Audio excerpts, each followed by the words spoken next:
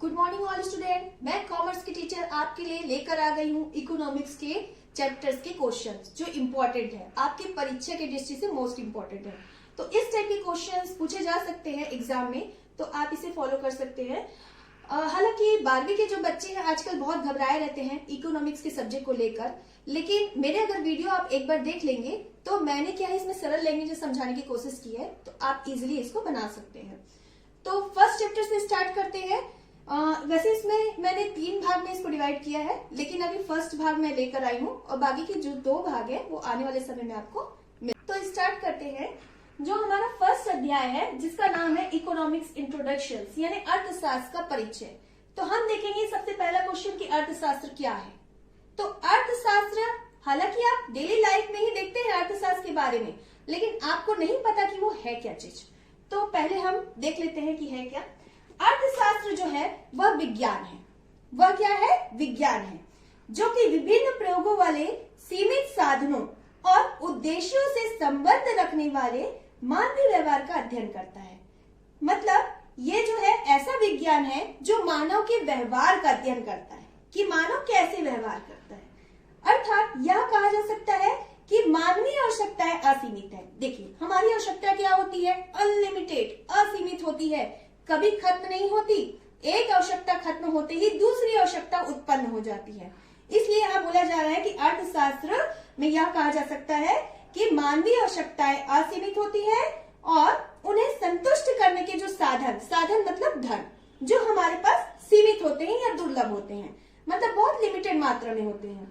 तो जिसके कारण चुनाव की समस्या पैदा होती है या चुनाव की समस्या उत्पन्न होती है कि किस प्रकार सीमित साधनों से असीमित आवश्यकताओं को पूर्ण किया जाए।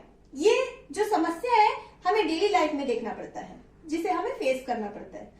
तो इस प्रकार दुर्लभता और चयन का संबंध जो है अटूट पाया जाता है ना, जिसका अध्ययन अर्थशास्त्र में किया जाता है। तो अर्थशास्त्र में किसका अध्ययन किया जाता है कि हमारी जो आवश्यकताएं हैं वो असीमित है, साधन सीमित है, जिसके कारण चुनाव की समस्या उत्पन्न होती है और हमें चयन करना पड़ता है। यही अर्थशास्त्र की समस्या भी है, यानी आर्थिक समस्या, जो पैसे की समस्या है ना। तो दूसरे शब्दों में देखें तो यह कहा जा सकता है कि चयन संबंधी समस्याओं से जुड़े व्यवहार का अध्ययन ही अर्थशास्त्र की विषय वस्तु है, जहां पे चयन करना पड़ता है। अब ये क्या है? मुखिया के सामने, मुखिया यानी परिवार के जो मुखिया रहते हैं उनके सामने जो है ना, सीमित आय से परिवार के असंख्य आवश्यकताओं को पूर्ण करने की जो है प्रबंध की समस्या आती है कि परिवार में इतनी सी इनकम में कैसे इतने सारे खर्चों को निर्वाह किया जाए, है ना। तो जिससे चयन की समस्या उत्पन्न होती है, यानी आपके सामने चयन की समस्या उत्पन्न हो जाती है। जिससे चयन की समस्या उत्पन्न होने से कहा जा सकता है कि ये 2 वस्तुओं में चुनाव करना पड़ता है जो वैकल्पिक उपयोग वाले होते हैं। अब यह वैकल्पिक उपयोग वाले बोल रहे हैं। वैकल्पिक उपयोग मतलब क्या होता है? ऐसी वस्तु जिसका एक से अधिक जगह प्रयोग होता हो। एक से अधिक जगह ऐसी वस्तु प्रयोग होता हो, वो कौन सी वस्तु है? उदाहरण के लिए देखते हैं, जैसे कि भूमि। भूमि हमारे पास क्या है?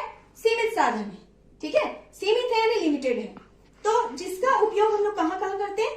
भूमि का उपयोग घर बनाने में करते हैं, कारखाना बनाने में करते हैं, अस्पताल बनाने में करते हैं। तो इसमें हमको चयन करना पड़ता है कि हम घर बनाएं या अस्पताल बनाएं, है ना, या कारखाना बनाएं। तो ये वैकल्पिक प्रयोग वाले वस्तु हुई, है ना। तो इससे क्या हुआ कि वैकल्पिक उपयोग वाले होते हैं जो आर्थिक समस्या के कारण उत्पन्न होते हैं। जो किसके कारण उत्पन्न होते हैं? आर्थिक समस्या के कारण। तो ये हमारा अर्थशास्त्र है ना। तो इसे हम मानेंगे अर्थशास्त्र। तो ये रहा अर्थशास्त्र का इंट्रोडक्शन, जिसे आप समझ पाए होंगे, जिसे मैंने सरल लैंग्वेज में समझाने की कोशिश की है। अब हम देखते हैं कि व्यष्टि अर्थशास्त्र और समष्टि अर्थशास्त्र में क्या अंतर है। अब नाम से स्पष्ट है, व्यष्टि और समष्टि। हालांकि इसको इंग्लिश में बोलेंगे व्यष्टि को माइक्रो एंड, तो देखते हैं माइक्रो और मैक्रो, यानी व्यष्टि और समष्टि ये है क्या। दोनों में पहले अंतर देखते हैं, फिर दोनों का एक्सप्लेनेशन भी देखेंगे। व्यष्टि अर्थशास्त्र जो है इसके अंतर्गत व्यक्तिगत इकाइयों का अध्ययन किया जाता है। व्यष्टि नाम से स्पष्ट है, व्यक्ति मतलब व्यक्तिगत इकाइयों का अध्ययन किया जाएगा। अत्यंत सूक्ष्म इकाई का अध्ययन किया जाता है। अत्यंत सूक्ष्म मतलब अत्यंत छोटी इकाई का अध्ययन किया जाता है जिसमें, है ना, क्योंकि व्यक्तिगत इकाई का अध्ययन कर रहा है तो वो छोटे क्षेत्र में करेगा। समष्टि जिसमें अर्थशास्त्र के अंतर्गत संपूर्ण अर्थव्यवस्था की आर्थिक इकाइयों का अध्ययन किया जाता है।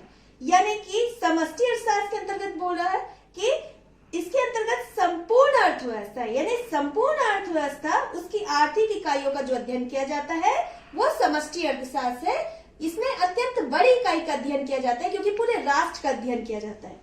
दूसरा देखते हैं, उदाहरण के लिए जैसे कि व्यष्टि अर्थशास्त्र में एक व्यक्ति, एक परिवार, एक उत्पादक, एक फर्म, एक उद्योग आदि। इसमें एक व्यक्ति, एक फर्म, एक उद्योग आदि का अध्ययन किया जा रहा है जो व्यष्टि अर्थशास्त्र।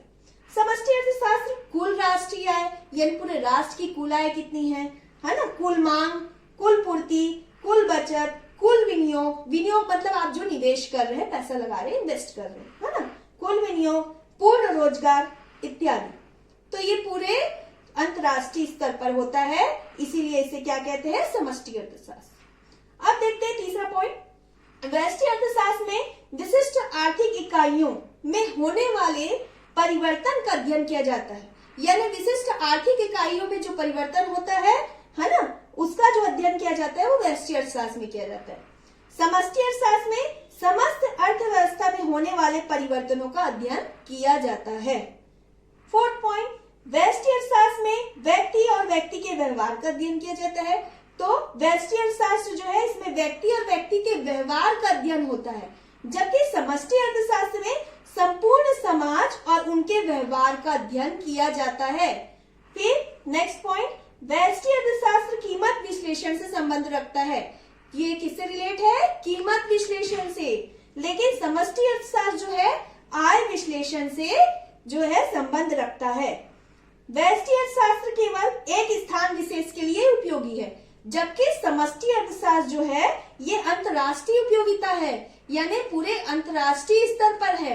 इसीलिए इससे क्या समझ आता है कि जो व्यष्टि अर्थशास्त्र है वो अत्यंत छोटी इकाई का अध्ययन है, जबकि समष्टि अर्थशास्त्र जो है अत्यंत बड़ी इकाई का अध्ययन है, पूरे अंतरराष्ट्रीय स्तर पर होता है। तो ये दोनों में अंतर हुआ। अब जैसे कि मैंने ये अंतर बताया, इसी के आधार पर आप इसको एक्सप्लेन भी कर सकते हैं। जैसे कि यहाँ पे नेक्स्ट क्वेश्चन है कि व्यष्टि अर्थशास्त्र और समष्टि अर्थशास्त्र को परिभाषित कीजिए, है ना। तो जो मैंने अंतर बताया ना उसी को आप परिभाषा में भी लिख सकते हैं। देखिए ऐसे नहीं होने चाहिए, कई बच्चे क्या करते हैं कि अंतर पढ़ के चल दिए, अब आ गए वहां पे उसके आशय आ गए या व्याख्या करने, परिभाषा करने, अभिप्राय वगैरह कुछ पूछ दिया तो आप उसको छोड़ के आ जाते हैं। क्यों, हमने तो अंतर पढ़े थे, हमने तो ये पढ़ा ही नहीं था। ऐसा नहीं होना चाहिए। आप उस टॉपिक के बारे में कुछ भी रिलेट पढ़े हैं तो आप उसको डील करने की कोशिश कीजिए।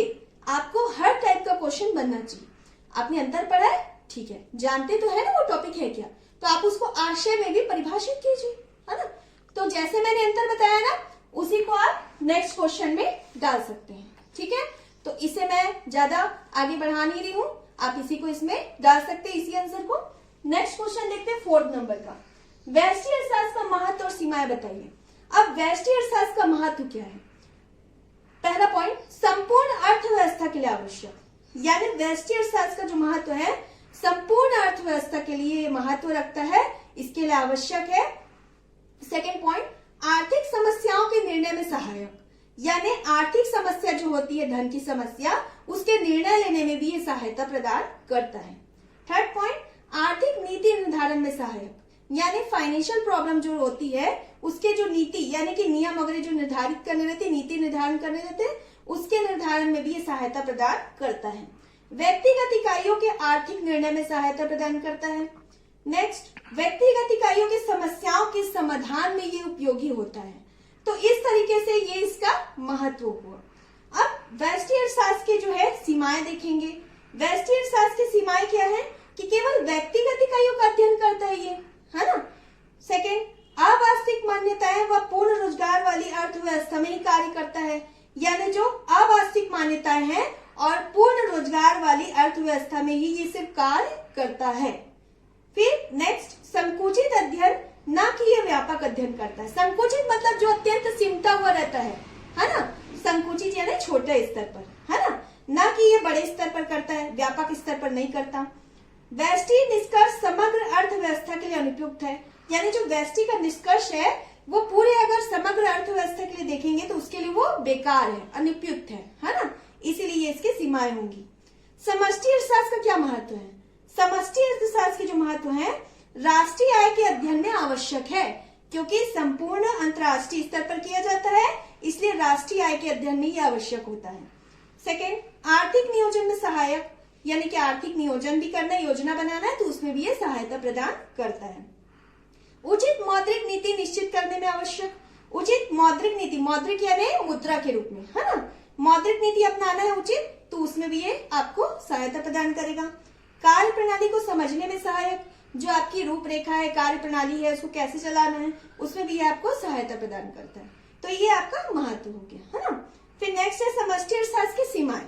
अब इसकी क्या सीमाएं हैं कि व्यक्तिगत इकाई महत्वहीन है, यानी जबकि इसमें समष्टि अर्थशास्त्र के बारे में बात हो रहा है, तो व्यक्तिगत इकाई तो इसके लिए महत्वहीन होगा, यानी बेकार होगा, कोई महत्व नहीं, है ना। निष्कर्षों पर व्यवहारिक होना, यानी जिससे निष्कर्षों पर व्यवहारिक न होना, जिससे कभी कभी गलत परिणाम भी दे देता है, यानी इसके जो निष्कर्ष है वो व्यवहारिक नहीं होते, जिससे क्या होता है कभी कभी गलत निष्कर्ष निकल कर आ जाते हैं, परिणाम गलत आ जाते हैं, है ना। नेक्स्ट, समूह की इकाइयां व्यक्तिगत इकाइयों का सही प्रतिनिधित्व नहीं कर सकती। उदाहरण के लिए देखेंगे कि कुल मांग में वृद्धि के कारण, जैसे कुल मांग बढ़ता है तो कुल मांग में वृद्धि के कारण जो है उत्पादन बढ़ेगा, उत्पादन तो बढ़ेगा, जैसे कस्टमर की डिमांड है तो उत्पादन प्रोडक्शन को बढ़ा देंगे।